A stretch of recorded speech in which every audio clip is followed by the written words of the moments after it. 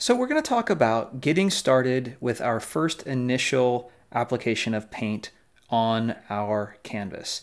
And this step is different than what we have done in the past, but it does serve a couple of different purposes. One is it lets us start to create some sort of a foundation of values. Another is if you pressed a little hard while you were drawing on your canvas, it will help the canvas like tighten up and seize up a little bit. The other thing that it will do, and you can sort of see this on here because I took an old canvas and I just did a quick sketch on here. Some of the pencil lines are darker, some of them are ghost things from what I had erased before. But it will take some of the pigment from my palette over here and it will cover these up in a way that I'm less likely to have some of that pencil coming through into my paint as I start like really like painting for real. And what I want to do is create a wash or a glaze. I'm going to take my paint and in this case I'm using acrylic, a Payne's gray. I have a little bit of white out here. It's wet right here. I have a little bit of Payne's gray right here. Obviously a well-used palette where I've mixed stuff up over the years. I got some paper towels as usual, you know, a decent sized brush. This is probably, you know, just over, you know, somewhere around 5/8 of an inch. And I've got some water here along with my canvas. And I want to end up covering my whole canvas. And I'm going to aim for 2, maybe 3 different values. One thing that I will do before I get started here is just bring a scrap piece of paper. You know, this is a tester that I have. I don't need this for anything other than to just see what the density of my paint is like.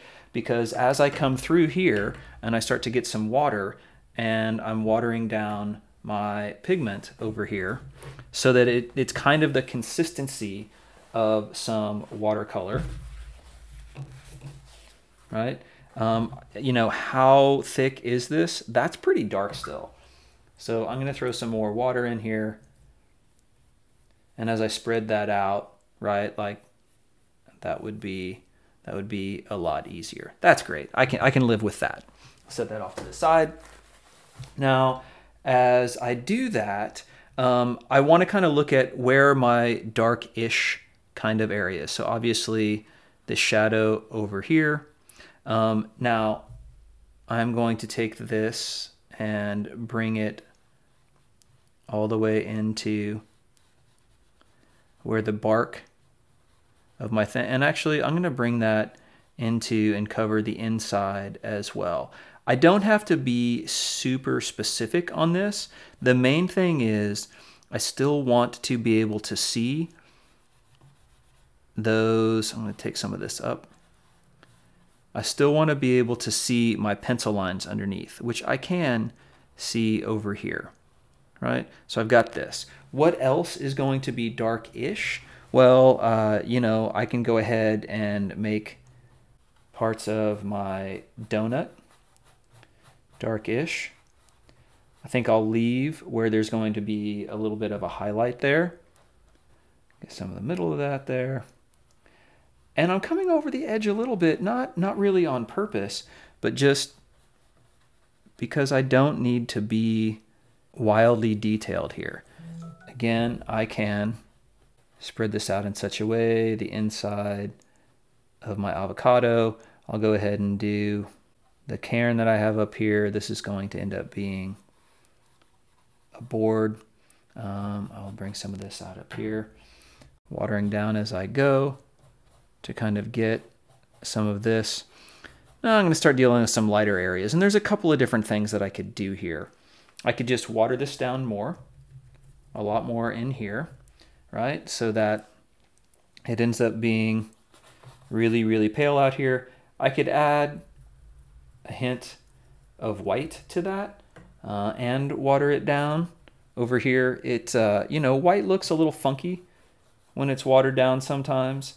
But again, part of the point of this is I'm just going to try to cover up my pencil so that my pencil isn't coming through as I am starting to paint. Getting this background down to the horizon line, all the way up on my sky. You know, if this was going to be a full color image, I would end up using just a lot of different colors. I'll go ahead and cover the edible parts of the avocado and the banana. I can still see my pencil line from my highlight over here. Got to get up here in my hat. You know, you don't want to lose any detail or information. Ideally, you have a couple of different values happening in here. Get a little touch more of my white. Forgot to water it down so that I can get the rope for that square knot. The top of there. And just any, oh, forgot inside the donut. There we go. So I can still see everything on here. Developed here. I lost this just a touch over here. I'll have to pay attention to that when I get there, but I can see the cairn and the different shadow and sides of the rocks. I can see the banana with the highlight on there. The pit is separate from the rest of the avocado.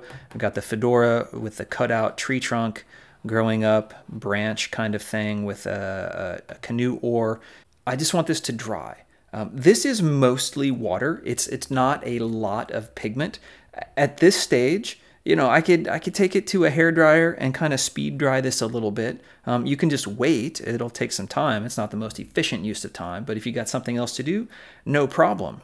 But get this dry, then we'll start the main painting process.